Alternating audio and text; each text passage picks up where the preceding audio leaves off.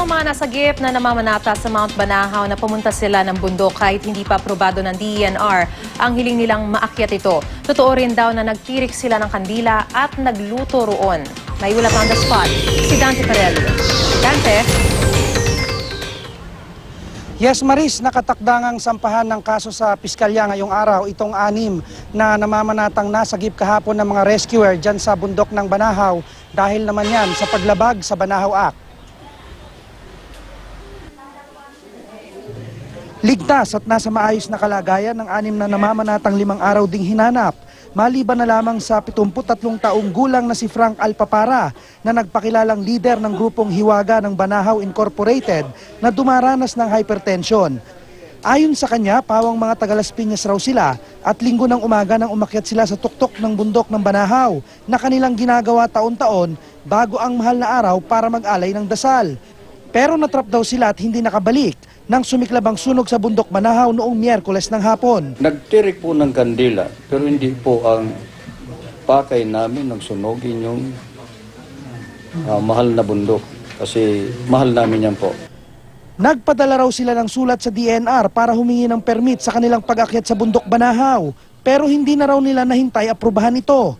Naubusan na raw sila ng baong pagkain, kaya laking pasalamat nila nang masagip sila ng rescue team ng Sariaya Municipal Disaster Risk Reduction and Management Council. Pasado alas 4 ng hapon kahapon.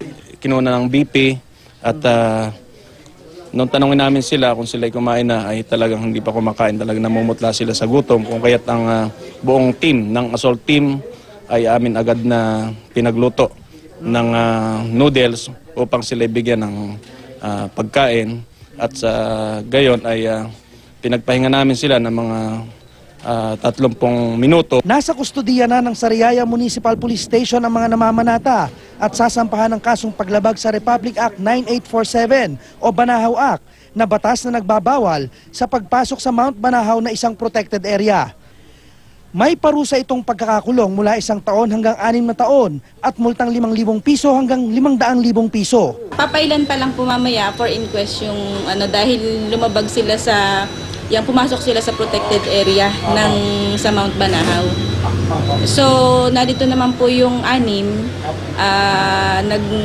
nakuha na po sila ng affidavit yung mga rescuer kasi yung rescuer ang mag-testify kung dun sa area kung saan sila natagpuan. Samantala, Maris, yung 5 unang nasagip na kasamahan nila noong Huwebes ng gabi sa Dolores, Quezon, hindi raw masasampahan ng kaso dahil wala sila sa loob ng protected area ng matagpuan ng mga rescuer.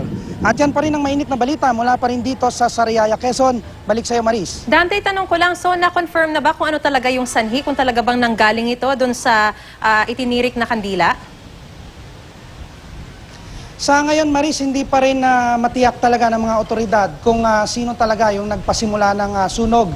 Kaya nga hindi rin masasampahan itong 6 ng kasong arson dahil hindi pa rin nila talaga maikonekta at hindi pa rin nila talaga matiyak kung sila nga ba yung naging dahilan ng pagkasunog dito sa bundok ng Banahaw, Maris. Maraming salamat, Dante Perello.